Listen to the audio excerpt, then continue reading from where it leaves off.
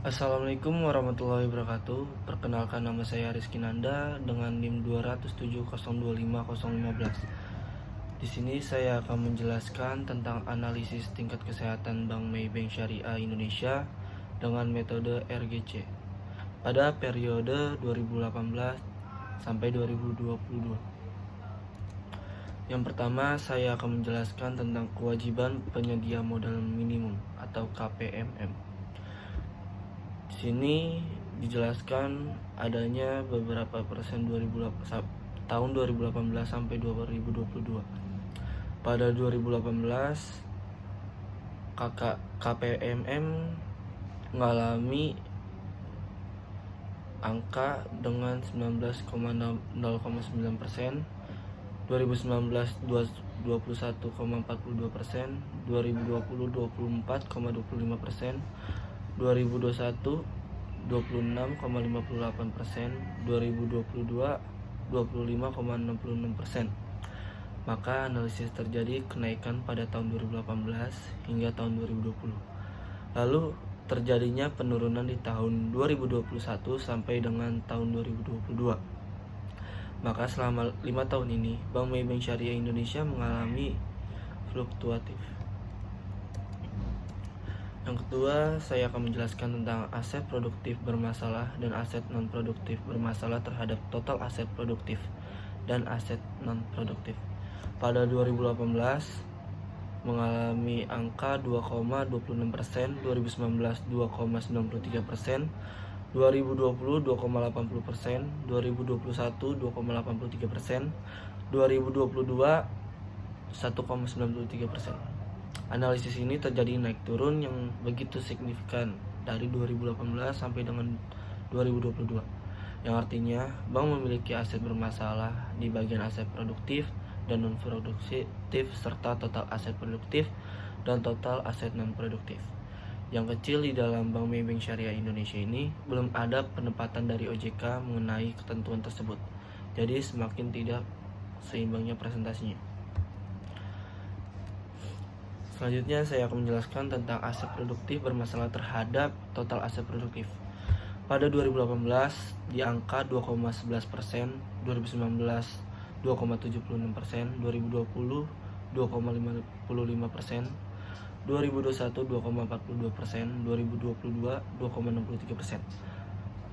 Maka analisis terjadi kenaikan dari tahun 2018 sampai 2022 mengalami penurunan di tahun 2021 dan mengalami kenaikan kembali pada 2022.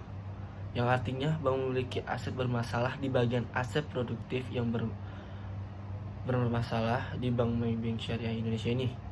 Belum ada penempatan dari OJK mengenai ketentuan tersebut.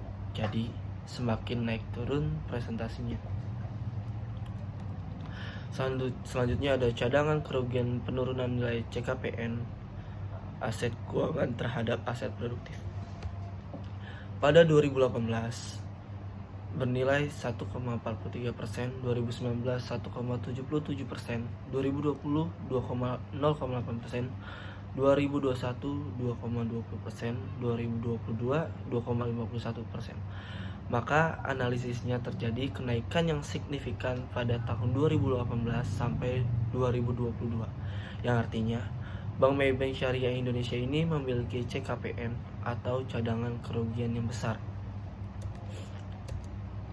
Selanjutnya saya akan menjelaskan non-performing financing atau NPL gross.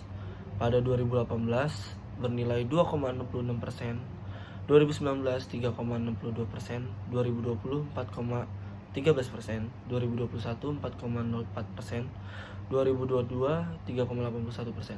Analisis ini terjadi kenaikan dari 2018 sampai tahun 2021 dan mengalami penurunan pada tahun 2022 sehingga Bank Maybank Syariah ini mengalami fluktuatif karena adanya kenaikan dan penurunan. Yang selanjutnya saya akan menjelaskan tentang non-performing financing atau NPL net. Pada 2018 senilai 1,96%, 2019 1,50%, 2020 1,86%, 2021 1,80%, 2022 1,37%. Pada analisis ini terjadi kenaikan dan penurunan dari tahun 2018 hingga tahun 2022, sehingga Bank Maybank Syariah Indonesia ini mengalami fluktuatif karena adanya kenaikan dan penurunan setiap tahunnya. Berdasarkan pada sumber yang telah didapatkan, Bank Maybank Syariah Indonesia ini dinyatakan sangat sehat. Selanjutnya saya akan menjelaskan tentang return on asset atau ROA.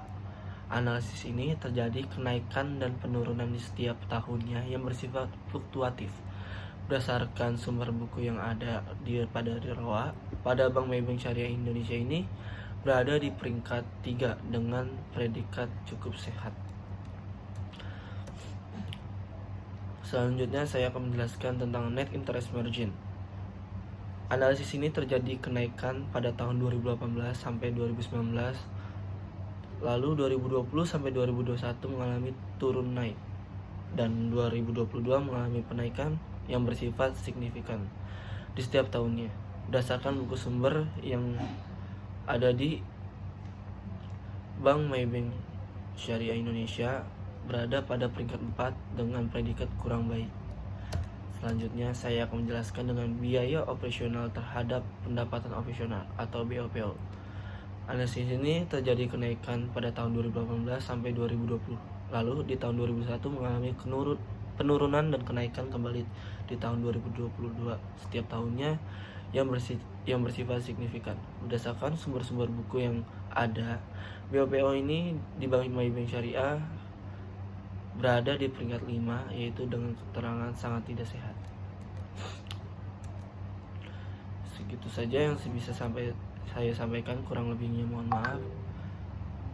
Wassalamualaikum warahmatullahi wabarakatuh.